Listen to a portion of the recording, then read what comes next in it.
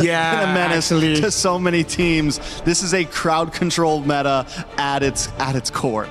Well, there was a lot of bans targeting the EXP lane, and we have a chance now to see Phoveus let through, and that'll be interesting. Can he do enough on the Onic? We know how the Marcel has been dominant early, has lost a couple times late, but this is Onic and Team Falcons PH, their last chance to make their final statement before M8. It all comes down to this, $100,000 on the line for this third place match, but more so than that, the pride of the Philippines and Indonesia, expectation versus reality. Let's kick off our finals day here for MSC and send it over to our casters, Naisu and Leo.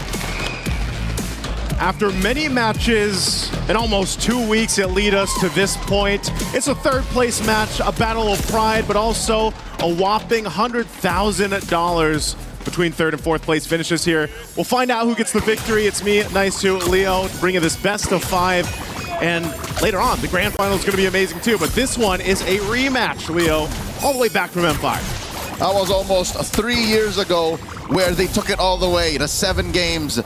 Here tonight, they might be able to take it all the way to 5 games. Yeah. We're expecting a slobber knocker between these former champions of their respective regions. Flap here gets caught out, flickering through. Haji with the flare looking for the choke down. Lifts up Keyboy and puts him down just as quickly. Kyle with the steal. Oh my lord, a minute in. Attempted Grand Theft Purple. Can Kyrie stop him? Oh, he does. He got it. All right, Kyrie secured it. Kyle's going to be able to get away here. It was interesting, too, in the draft because if I remember correctly, yesterday, it was multiple times. Oh, hold on. All right, flicker burned. Keyboy should be, yeah, he's fine. He's on the Marcel. He's got enough mobility, but they went with this first pick, Marcel, who's kind of slipped through some of the drafts. He's been either banned out or teams have gone and picked him up. But it was Onic that picked up the Herrera multiple times throughout yesterday's whoa. Speaking of the Herrera, Kyle here put down a quarter of his health. Ogwin stopping the backup from coming through. It's not just Onic who has this identity that they're forcing through from yesterday's bouts. Even Falcons, you see them play the Esmeralda once again, the glue in Ogwin's hands that, 2 games in a row dismantled Yangon Galacticos' Yangon Yam, or the Burmese Ube. And then they still have Haji on the very high prio Zushin, who, in the hands of Kaiser yesterday, was the finisher. He was the MVP for sure of game number 5. We see here Haji in trouble. Crimson flare back, and that's one major tool out for this turtle. Yeah. They want to fight for this first objective here. Some tools already used. Sans has his own beacon that he can play into. So they've got control around this turtle. I'm not sure if Falcons really wants to do too much. Kyle's trying to get his purple buff, but they may be forced into a fight here. Oh, Kyle secures his own purple. But then again, the retribution was short. Kyrie secures. Now Ogun flickers back. No harm, no foul. No casualties just yet, but Onic gets the big one. Yeah, they get the objective. Looks like taking a little break here before this. Again, no first blood given just yet. And this is kind of the nature, man, of the compositions that we've seen, throughout MSC. It's like this push and pull factor. And a lot of that has been because of where the jungle meta is, and it's fallen into. I mean, we heard Kyle share some of his thoughts leading into this matchup, exactly how he feels about the jungle meta. I'd say that's partially true, but half of that truth, to make a better picture, is it's just these 2 teams. Yeah. It's rare that you see a full-on Titans of Southeast Asia clash in MSC. Look back at the last 2 weeks, Joseph. Look back at the last 2 weeks. I'm looking back. You see Yangon Galacticos with their own little flavor, Team Spirit with their own, with the Dragon Davai play style, and then you have the likes of Vamos and Pro who are just so aggressive. This is the first time we're seeing 2 full-on, I'd say it's safe to say now, macro-centric lineups clash. Yeah. So that's why we're seeing such a surgical first 2 minutes. I mean, again, they came into this matchup in high spirits. Got to see some of the antics on stage as they both came out, of course, but one thing's for sure, in the game, in this best of 5, they're going to lay it on the line here. They're going to give it their all. We already talked about how it's that pride factor, but also the difference in terms of money. I mean, $100,000, man. In Philippine pesos, I think that's around 6 million pesos. In IDR, don't even get me started. I think like almost 2 billion, something like that. It's like almost 2 billion. It's life-changing money. It's life-changing money, even at this point. And the fact that they can keep the brevity, harken back to their brotherhood, harken back to how far they've come and how many times they've played with each other. they decide to dance in their entrance. Like, that's just the kind of athletes and just young men they are, how much they love MLBB, while still acknowledging the stakes. Yeah.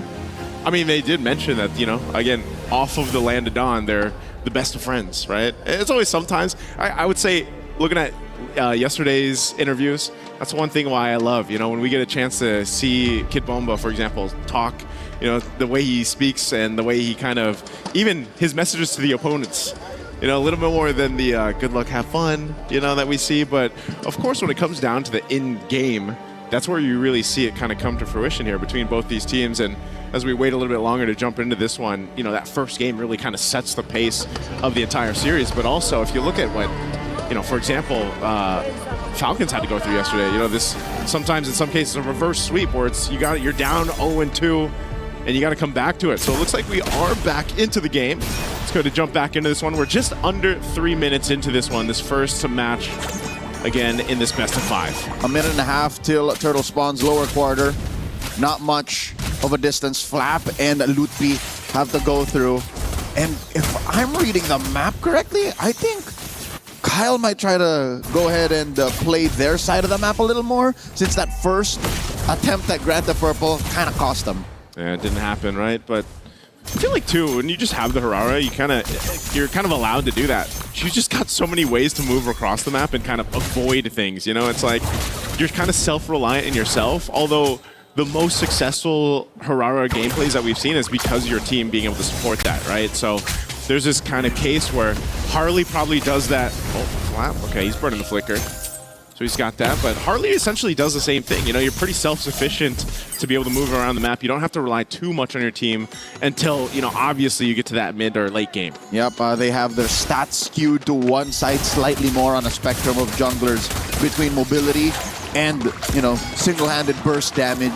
Hajin when holding down the fort, stopping the rest of Onic from actually crossing over. So both teams respecting their boundaries, their jurisdiction when it comes to stealing away and taking out resources from the other. About 20 seconds until the turtle spawns, lower quarter. This is as safe as it gets. Again, not more than a 500 gold swing either way. Yeah, Leo, this is about as safe as it gets. It's like you're playing, there's your side of the map, here's the line. We're drawing it, we're going to stay on this side, you guys stay on that side. I mean, imagine, you know, 4.5 minutes in, no kills, no first bloods. Just that turtle is what they're fighting for. This one definitely looks like it's going to be resulting into at least this 4v4 as both gold laners still up on that top side of the map. Fighting for the second turtle. Luffy's going to jump in here. Uh-oh, Keyboy running through. Haji bursted down, forced the Crimson Flare back, and Suns helped Kyrie score the kill via the deadly magics. Now Luffy jumping up. Ogwin finds them out. In comes Kelra. Warning shots. Finds another kill on Ogwin after a golden hour. Revitalize, making sure that the rest of Onic are topped up, and in comes Lutpi. Finding a couple more. Down goes Kyle, down goes Flap, and that's all she wrote. Unless Marco wants more flying clouds. In come Haji. Looking for that choke up. Suns will be able to save himself. In comes Keyboy. The jump back and the flicker will not save Marco. Wanton mayhem on Falcon's side of the map, resulting in 6 free kills plus the turtle for Onic. They just got a whole lot, man. We were just talking about how nothing had happened in those first, you know, few minutes of the game, and then all of a sudden, boom. Look at this, 3,000 lead, you got 6 kills plus a turtle. Joseph, a whole lot is an understatement. That was a metric ton of advantage that Onic have scored in that minute-long sequence. Again, one more look. Maybe the fact that they got the mount was the sign of, okay, maybe we should try.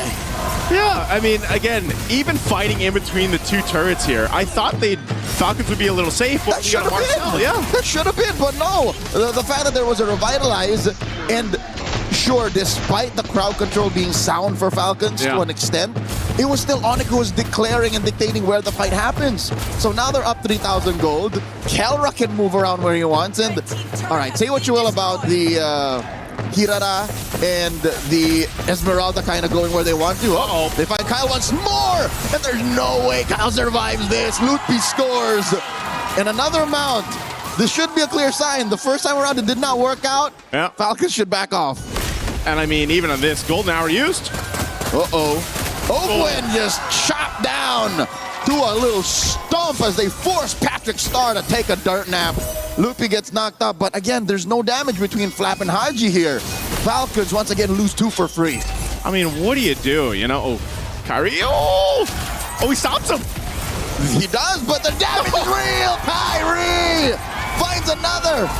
But there is a trade-off. Down goes Sands in mid. Haji traded out for Keyboy. What is he rocking? These enhanced basic attacks on the Marcel are doing work. What is going on here for Falcons? I feel like across the map, it feels like Onic is everywhere.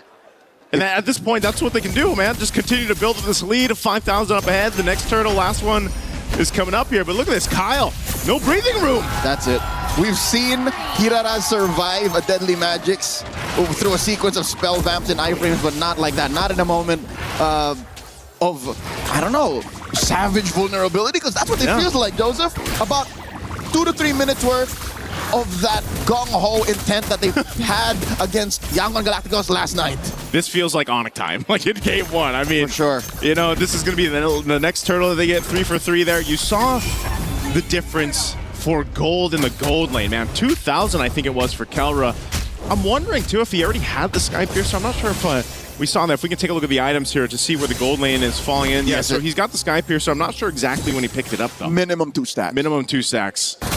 Malefic Roar already. I mean, think about it, man. You got a Malefic Roar, Hunter Strike, and Sky Piercer already at that 8-minute mark. That's why, you know, all they have to do is lay down Keyboy's golden hour. Here's some Rhapsody shots. There's the stacks. He got 4 stacks. There you go. I counted minimum, so I'm like, all right, apparently he built it before the whole shebang went down. Hey, man, if you could just line up Rhapsody shots and then guarantee them to hit after the golden hour is done, like, what else can you do? You know?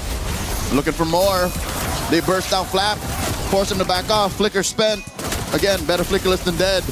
They will lose this tier 2, though, before the 9-minute mark. So already I think that ship has flown. That boat has sailed. They can no longer play it clean and safe. Golden hour. Putting Owen right where they want him. Another stack for Dwayne. That's got to feel bad. And look, there's more. It's for Marco. Oh! The KK connection is online, baby.